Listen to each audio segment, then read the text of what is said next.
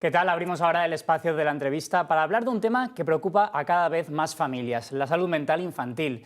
Para ello, hoy nos acompaña Sheila Alcaraz, directora del Instituto Alcaraz, un centro de referencia a nivel nacional ubicado aquí en Alicante y especializado en psicología infantil, con un enfoque integral y multidisciplinar que abarca desde el diagnóstico hasta la intervención en casos de TEA, altas capacidades, logopedia y terapia ocupacional. Con ella vamos a repasar los retos actuales, las principales demandas de las familias y las iniciativas que están llevando a cabo para acompañar a los niños en su desarrollo y bienestar.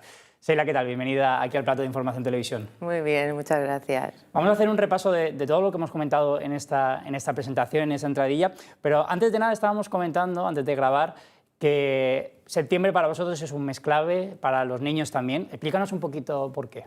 Bueno, de septiembre, el primer trimestre, ¿no?, escolar, pues es un trimestre donde los niños entran al colegio y los profesores pues dan la voz de alarma si notan algo que no esperan, ¿no?, tanto en lo académico como en lo conductual, ¿no?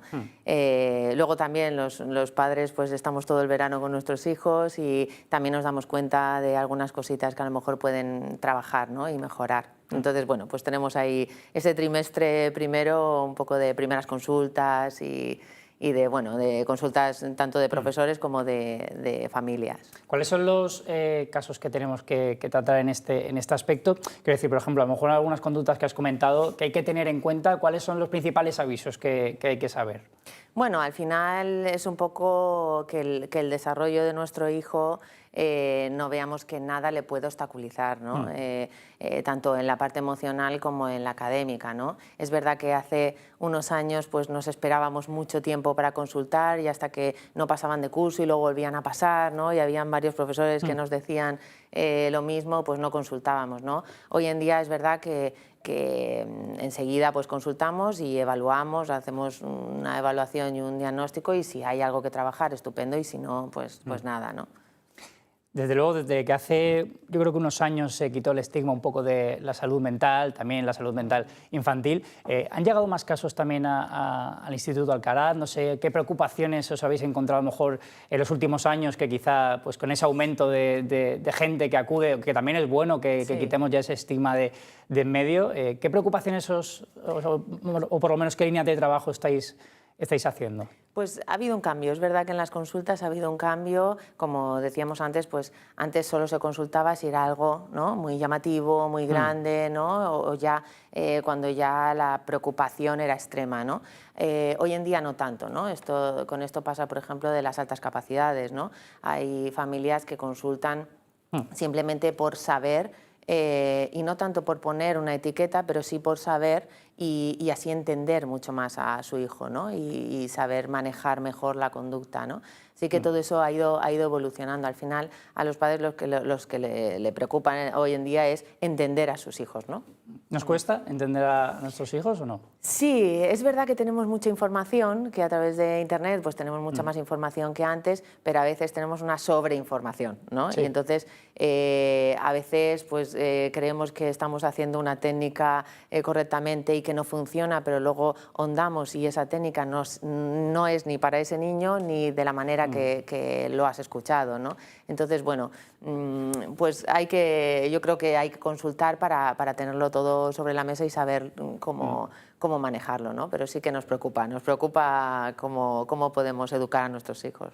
Hablabas de altas capacidades, coméntanos un poquito qué rasgos tienen a lo mejor estas personas también especiales con altas capacidades, cómo al final se identifican a ellos. Bueno, pues mira, esto es muy interesante porque tenemos como el concepto de que un niño con altas capacidades es todo muy positivo, ¿no? Y hay veces que sí, es verdad que si hay unas altas capacidades que decimos como muy puras, hay altas capacidades en todas las áreas y además son buenos en casi todas las facetas, ¿no? Pero es verdad que hay altas capacidades que luego tienen algunas características que hay que trabajarlas, ¿no? Por ejemplo, la tolerancia a la frustración, bueno, la gestión emocional, a veces las habilidades sociales, ¿no?, o la gestión con los otros, el cómo meterme en un grupo, cómo mantener relaciones fuera de esos niños que no comparten mis intereses, ¿no? Y es verdad que hay veces que si no se diagnostican, pues ese estado emocional se puede ir complicando a algo mayor, ¿no?, en la adolescencia. Entonces, bueno, pues hay que, como te decía, pues evaluar todas esas áreas para ver si tenemos que ayudarle o simplemente tenemos que saberlo para implementar alguna metodología en el colegio, en el aula o simplemente por conocerlo un poquito más, ¿no? También autismo, logopedia, trabajáis muchas áreas. En los últimos años también, ¿ha habido algún repunte en o al final más gente que está acudiendo a un área especializada a consecuencia, a lo mejor, pues, de lo que estábamos hablando antes, por ejemplo, de los teléfonos móviles, que están teniendo cada vez más presencia al final en la vida de nuestros hijos, que hay que tener especial cuidado? ¿Ha repuntado en un área de trabajo que estéis vosotros ahí en el Instituto Alcaraz? Bueno, el estado de ánimo, la verdad que cada vez se ven más niños con estados depresivos, con estados ansiosos, ¿no? Un trastorno de ansiedad infantil. Antes era más raro, ¿no?, de diagnosticarlo, y ahora cada vez lo diagnosticamos más, desgraciadamente. Hablábamos antes que a lo mejor tiene que ver con las nuevas tecnologías o las pantallas. Indudablemente tiene que ver, ¿no? No es solo eso, pero tiene que ver, ¿no? Y luego en el TEA pues cada vez se va conociendo más, los profesores también están más formados, por lo tanto da más la voz de alarma y eso también se diagnostica más, ¿no? Que ahora, bueno, pues no es que haya un repunte, sino que se diagnostica más. Las altas capacidades es otro de ello, ¿no?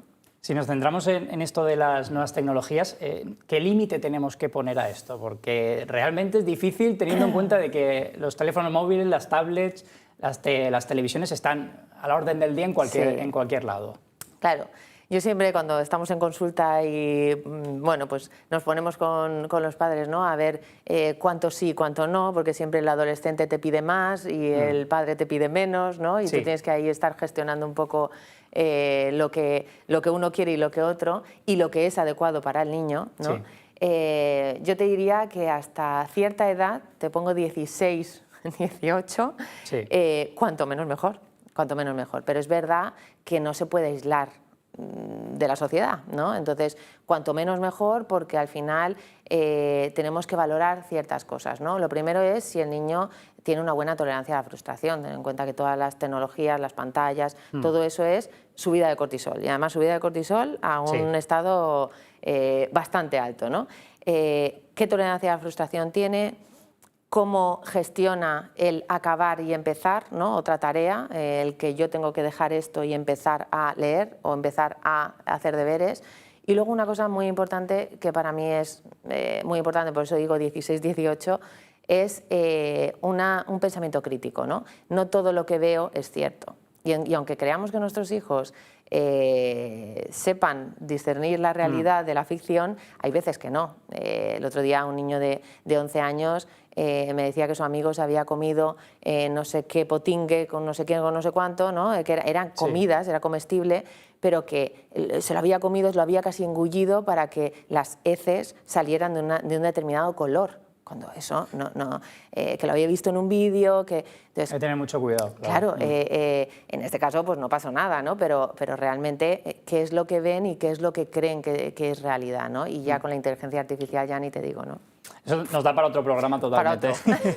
Sí, ¿qué papel juegan los padres y madres al final en los procesos terapéuticos que vosotros también realizáis?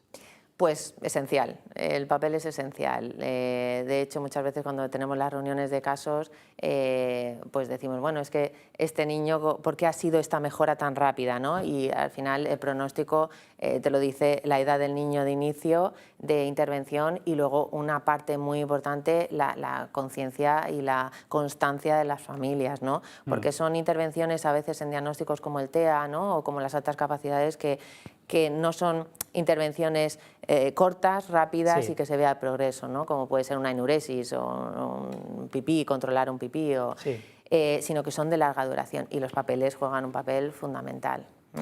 Vamos a aprovechar también para recordar aquí en Información Televisión dónde estáis, cómo pueden también tener información del Instituto Alcaraz. No sé si quieres aprovechar pues esta ventana también para dar esa información.